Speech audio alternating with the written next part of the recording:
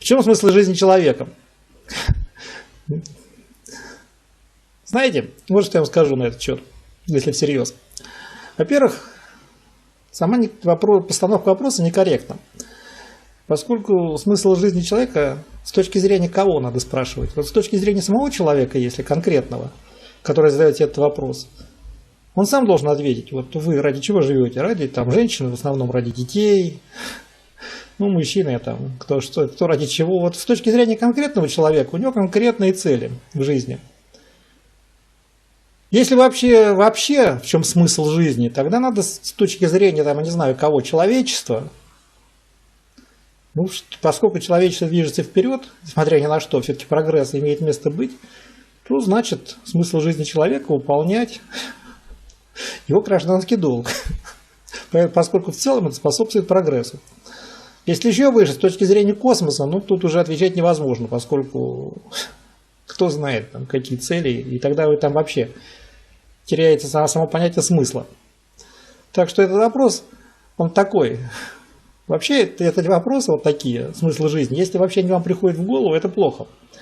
Это первый признак, что что-то у вас с жизнью не так. Потому что счастливому человеку, вот, например, мне, они вообще в голову не приходят. Вот как только они начинают приходить в голову, их вообще-то сатана нашептывает. Могу вам по секрету сказать. Поскольку, вот, например, в Библии написано: уныние – грех. Вот никогда не задумывались, почему. Ну, убийство, там, это понятно, там, прелюбодеяние, это все ясно на интуитивном уровне. Но уныние-то почему грех? Вот все это говорят, повторяют, а вероятно никто не задумывается. Почему? А потому что если человек впадает в уныние, уныние означает сомнение в правильности деяний Господа. Что значит мир построен плохо.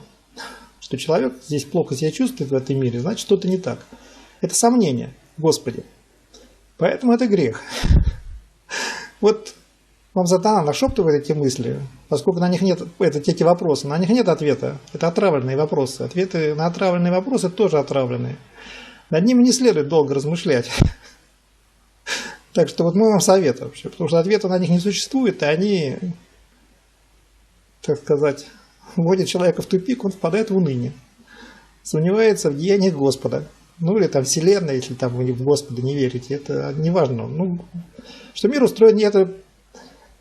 Человек приходит к мысли в итоге, что мир устроен неправильно.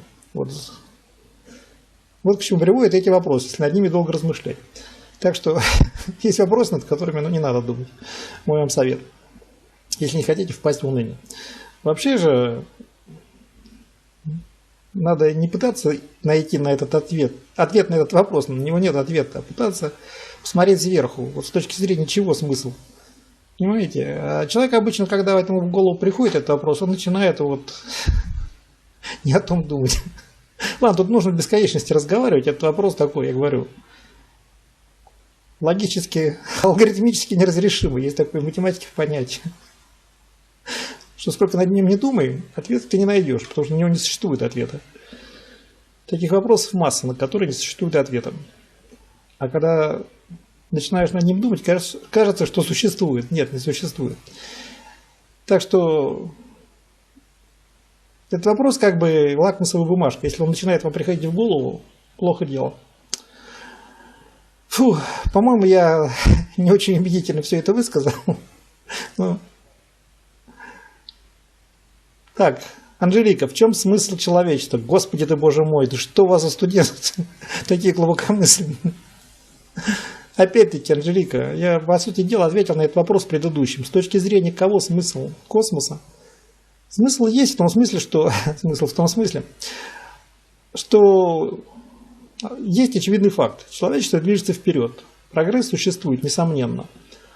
Это невозможно отрицать. Поэтому... какой-то смысл с точки зрения чего-то высшего, несомненно, есть. Но, во-первых, гордыня думать, что человек в состоянии постичь этот смысл. На самом деле логика, вот не логика, разум, это же от природы, правильно? Поэтому, что надо так вот, говоря абстрактно, природа могла и поставить рубежи для познания. Что вот думать, что человек может постичь все, это глупость. Ну, например, с точки зрения физики, вот физические законы. Что такое законы, во-первых, физические? Это просто угадывание закономерностей всего-навсего. И законы, которые мы можем постигать, самые простейшие, которые повторяются, которые можно воспроизвести в лабораторных условиях, которые доступны изучению. Если предположить, что существуют законы, которые проявляются неравномерно во времени, скажем, что они проявляются там совершенно случайным образом, там, раз в 100 лет или в 20 лет, или там, в 10 лет, сколько угодно, то они непостигаемы. Ну, по крайней мере, с точки зрения современной науки, они абсолютно непостигаемы. Если предположить, что есть какое-нибудь там высшее создание, дьявол какой-нибудь, но он не появляется, он появляется неравномерно в момент, когда захочет, и не подлежит изучению из-за этого. Поэтому ты его никогда не сможешь обнаружить, зафиксировать. Но в то же время он есть, он может тебе явиться в любой момент, начать с тобой беседовать. Но изучать ты его не можешь. Понимаете, вот пределы человеческого познания. Это как совершенно простейший пример. Так что все эти мысли, вопросы, в чем смысл человечества, это непонимание, что такое разум. Это, в общем-то, природой дано. Это не то, что вот разум и природа, и вот разум покорит всю природу. Разум – это часть природы всего-навсего. Какие там ограничения в него заложены, вполне возможно, что достаточно жесткие, что мы можем постичь только совершенно малую часть Вселенной. Это вполне может быть. Ладно, это тоже тут долгий разговор, можно увлечься. Увлекаться не следует. Руслан, что для вас значит счастье? И как быть счастливым? И счастливы ли вы? Руслан, вот я лично счастлив. И не задаю себе вопроса, в чем смысл жизни. Это первый критерий, счастлив ли человек. Что для вас значит счастье? Это второй такой же вопрос отравленный. Вот если начинаешь себе задавать, что значит счастье? Значит, что-то не так вообще у вас. Если человек счастлив, он это чувствует. Но это все равно, что задавать вопрос, что такое ветер, или что такое я не знаю, что еще. Понимаете, есть эмоции, есть разум в человеке.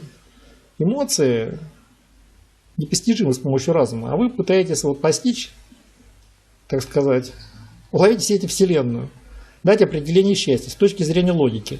Это бессмысленное занятие. То есть эмоции, счастье – это не часть логики, так сказать, и не часть разума. Это нечто совершенно особое. Внутренний мир, он непостижим с помощью логики. Так что вы сами отвечайте на вопрос, счастливы вы или нет. А что это такое, это нельзя разложить на какие-то составные части.